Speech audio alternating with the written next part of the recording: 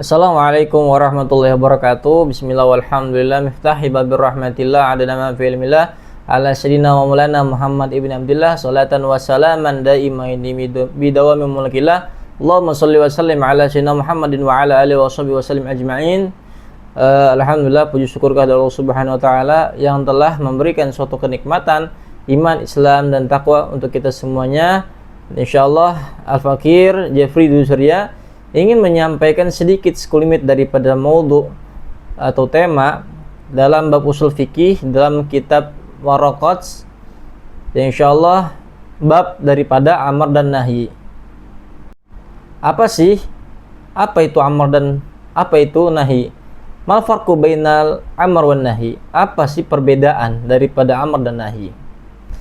Amar diambil secara lughahnya adalah dari kata if'al. Fa'ala yaf'ulu if'al. Amara ya'muru mur. Artinya adalah perintah, kerjakanlah atau lakukanlah. Dan amar ini juga digunakan oleh Allah Subhanahu wa taala dalam firman Al-Qur'annya dan juga dalam hadisnya Nabi Muhammad SAW. Kemudian kita ngebahas daripada bab Waraqat. Ada suatu nazam yang kita ambil dalam kitab Waraqat. Apa dikatakan wahadu istida'ul fi'il wajibi bil qawli mimman kana duna talibi. Artinya adalah amar adalah suatu permintaan untuk melakukan suatu perbuatan yang wajib bil qawli mimman kana duna talibi, dengan cara diucapkan. Maka di sini dalam Naudim dikatakan daripada kitab tersebut yang namanya amar dengan cara qaul, dengan cara diucapkan. Laisa bil isyarah, bukan dengan cara ditunjuk ataupun dengan secara lihat saja ataupun dengan secara tunjuk saja, tidak. Akan tetapi amar dikatakan amar adalah dengan cara biqaulihi, dengan cara bil qaul, dengan cara diucapkan. Kemudian definisi amar, Al-Imam Al-Juwaini beliau mengatakan bahwasanya wal amru istida'ul fi'li biqauli mimman huwa 'ala liman huwa adna. Kita ulangi lagi, wal amru istida'ul fi'li biqauli man huwa ala liman huwa adna. Artinya adalah amar adalah permintaan, suatu ucapan yang dilakukan, perbuatan ucapan dari pihak yang paling tinggi atau yang lebih tinggi kepada pihak yang lebih rendah atau yang paling rendah, sebagaimana Allah Subhanahu wa taala memerintahkan dalam Al-Qur'annya. Untuk siapa? Untuk para anbiya. Kemudian untuk siapa? Untuk para umat dan hambanya Allah Subhanahu wa ta'ala. Apa contoh amr dalam ayat Al-Quran? Banyak ya. Dalam satu surah Al-Baqarah, di situ disebutkan bahwasanya a'udzubillahi minasyaitonir bismillahirrahmanirrahim wa aqimus sholata wa atuz zakata warka'u ma'ar raqiin. Dirikanlah salat dan bayarlah zakat, warka'u marrakin, maka rukuklah bersama orang-orang yang rukuk. Dan ada lagi dalam ayat yang lain, ya ayyuhalladzina amanu atii'ullaha wa atii'ur rasul. Wahai orang-orang yang beriman, taatlah kepada Allah Subhanahu wa taala dan juga taatlah kepada Rasul. Dan di sini adalah menunjukkan daripada kewajiban kita sebagai hamba Allah Subhanahu wa taala yang beriman dan orang yang melegalkan daripada Islam agamanya untuk mendirikan sholat dan membayar zakat dan juga melaksanakan apa-apa yang Allah perintahkan.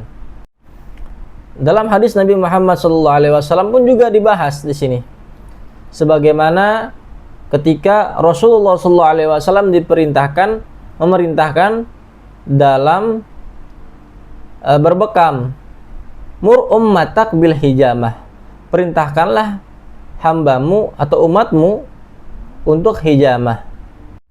Kemudian dalam usul fikih, amar itu al aslu fil umuri lil wujub. Artinya adalah hukumnya, asalnya amar adalah perintah yang mana menjadi hukum yang wajib. Sebagaimana Imam Al-Ghazali beliau menjelaskan pembahasan amar dalam kitab Al-Mustasfa, beliau mengatakan al-amru wa istida'ul fi'li bil qawli mimman huwa dunahu ala sabilil wujub. amar adalah perintah, permintaan untuk melakukan suatu perbuatan melalui ucapan dari pihak yang lebih tinggi kepada pihak yang lebih rendah dengan tuntutan wajib. Maka hukum asalnya amar adalah wujub atau kewajiban. Namun maknanya amar dapat berubah-ubah, bisa menjadi nadab ataupun sunnah ataupun anjuran, atau bisa menjadi ibahah, mubah atau boleh, atau bisa jadi tahdid, yaitu ancaman, tergantung daripada qarinahnya yang Allah turunkan ataupun suatu teks yang diturunkan oleh Allah Subhanahu wa taala dan juga Rasulullah SAW.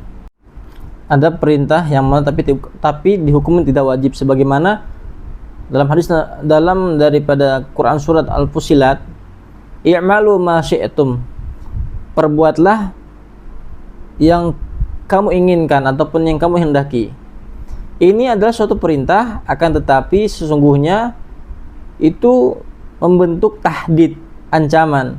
I'malu ma syi'tum, kerjakanlah apa yang pengen kamu kerjakan. Akan tetapi itu adalah suatu tahdid, larangan ataupun ancaman. Artinya apa? Allah Subhanahu wa taala tidak memelihara ataupun menjaga orang tersebut. Akhirnya dia terbebaskan. Dan ini adalah ancaman bahwasanya Allah Subhanahu wa taala ketika kita melakukan hal-hal yang baik, maka Allah masih menjadikan pahala. Allah menjadi tamengnya. Akan tetapi misalkan dia melakukan hal-hal yang buruk, maka di sini Allah melepaskannya. Dalam kitab Al-Luma' fi Ushulil Fiqh karya Imam Abu Ishaq Asy-Syirazi, beliau mendefinisikan amar yaitu al-amru lil wujub ma lam taqum qarinah tusarrifuh. Perintah yang menunjukkan kewajiban selama tidak ada qarinah yang memalingkannya. Jika terdapat qarinah, maka perintah bisa bermakna nadab ataupun sunnah, ibahah ataupun diperbolehkan saja atau lainnya, sebagaimana apa yang qarinah itu terdapat daripada makna tersebut. Contoh amar yang menunjukkan daripada kebolehan, sebagaimana Quran surat Al-Maidah, fa idza halatum fastadu, apabila kamu telah bertahallul maka bolehlah berburu. Kemudian nahi itu dari kata an-nahyu, artinya larangan, tuntutan untuk meninggalkan sesuatu perbuatan dari pihak yang lebih tinggi kepada pihak yang lebih rendah. Kaidah umum dalam penggunaan daripada nahi, al-aslu fin nahyi litahrim, hukum asalnya daripada larangan adalah haram, maka hukumnya daripada nahi adalah haram. Namun keduanya dapat berubah makna karena konteks ayat, keadaan mukallaf, ataupun dengan adanya sebab dalil, yaitu dalil tambahan, itu namanya qarinah. Kemudian tanda daripada nahi adalah dengan adanya huruf lam litahrim, dengan larangan, sebagaimana bisa dilakukan digandengkan dengan fi'il mudhari'. La taqrabu, janganlah kamu mendekati. La taqulu, janganlah kamu makan. La taqul, janganlah kamu berbicara. La tadrob, janganlah kamu mukul. La taskut, janganlah kamu diam. Dan semua ada kata la di dalamnya, itu adalah perintah yang menunjukkan daripada larangan. Nah, ini sebagaimana ayat Quran, wala taqrabu zina, janganlah kamu dekati zina. La tas'alu anin asya, janganlah kamu bertanyakan tentang daripada sesuatu yang akan menjadi sebab menyusahkanmu sendiri. Dan nahi ataupun larangan ataupun hukumnya nahi bisa berubah-ubah, sebagaimana haramnya dalam Al-Quran, la taqrabu zina, janganlah kamu mendekati zina. La tas'alu anin asya, itu bermaknanya makruh, janganlah kamu menanyakan sesuatu yang jika diterangkan kepadamu akan menjadi menyusahkanmu.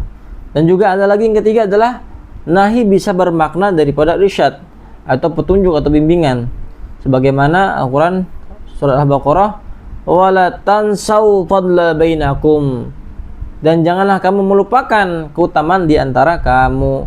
Dan ini adalah larangan, ini mengandung bimbingan moral, dan ini bukan hukumnya haram. Al-Imam Al-Ghazali beliau mendefinisikan daripada nahi adalah an-nahyu istida'ul tarki bil qawli mimman huwa duna wa ala sabilil wujub. Nahi adalah permintaan untuk meninggalkan suatu perbuatan dari pihak yang lebih tinggi kepada pihak yang lebih rendah dengan tuntutan wajib meninggalkan, sebagaimana perintah Allah Subhanahu wa taala untuk melarang hambanya agar tidak meninggalkan sholat, dan juga larangan agar tidak meninggalkan puasa, agar hambanya tidak meninggalkan daripada kewajiban-kewajiban, dan banyak lagi yang mana Allah Subhanahu wa taala membimbing kita dengan cara fi'il nahi atau larangan, ya, yang mana di depannya adalah la taqrabu zina, la taqulu amwalakum bil batil, wala la tasrabu, dan banyak lagi yang mana itu semua larangan tersebut untuk hamba-hamba agar menjadi hamba-hamba yang bertakwa kepada Allah Subhanahu wa taala. Kitab Al-Luma fi Ushul Fiqh karya Imam Abu Ishaq Asy-Syirazi, beliau mendefinisikan nahi yaitu an-nahyu li tahrimi ma lam taqum qarina tusarrifu. Larangan menunjukkan keharaman selama tidak ada qarinah yang memalingkannya. Nah, ini dalam kitab Al-Luma. Kemudian pembahasan amar dan nahi, tujuannya apa sih? Di dalam Al-Quran ada 3. Yang pertama adalah tujuannya adanya penggunaan amar dan nahi dalam Al-Quran bukan hanya sekadar aturan, tetapi juga untuk satu, menuntun manusia menuju ketaatan dan kemaslahatan, yaitu jalbil masalih. Yang kedua adalah menjauhkan manusia dari kerusakan dan dosa, darul mafasid. Dan ketiga adalah membentuk masyarakat yang beradab dan bertakwa. Itu tujuan amar dan nahi dalam Al-Quran. Dan kesimpulannya adalah amar adalah suatu perintah yang mana itu menunjukkan daripada kebaikan dan kebaikan dan kewajiban, dan banyak lagi. Kemudian nahi adalah suatu larangan. Yang paling banyak yang menggunakan nahi adalah larangan. Ini haram, ini enggak boleh, ini enggak terbiasakan, ini adalah seperti itu, dan ini dan sebab akibatnya adalah daripada yang haram. Maka insya Allah dengan cara amar dan nahi yang kita pelajari ini, kita bakalan paham bagaimana Allah Subhanahu wa taala memerintahkan kita untuk sholat, bagaimana Allah Subhanahu wa taala memerintahkan daripada untuk kita agar tidak meninggalkan kewajibannya, agar kita berpuasa, agar kita berinfak, agar kita berbaik kepada orang tua, dan insya Allah dan juga amar juga kesimpulannya adalah untuk kita tidak melakukan hal-hal yang tidak baik. Kita tahu pelarang-larangan Allah ini had, makanya wahadduhu istida'u adalah suatu permintaan yang memiliki daripada had, batasan-batasan. Ya insya Allah dengan cara kita mempelajari dari amar dan nahi, kita bakal tahu mana yang baik, mana yang buruk, mana yang benar, mana yang batil ataupun salah. Insya Allah mudah-mudahan bermanfaat. Videonya singkat, insya Allah bermanfaat. Mudah-mudahan kita semua bisa mendapatkan ibrah, ya, dan mendapatkan pelajaran pada malam hari ini ataupun daripada siang hari ini. Mudah-mudahan bermanfaat. Wassalamualaikum warahmatullahi wabarakatuh.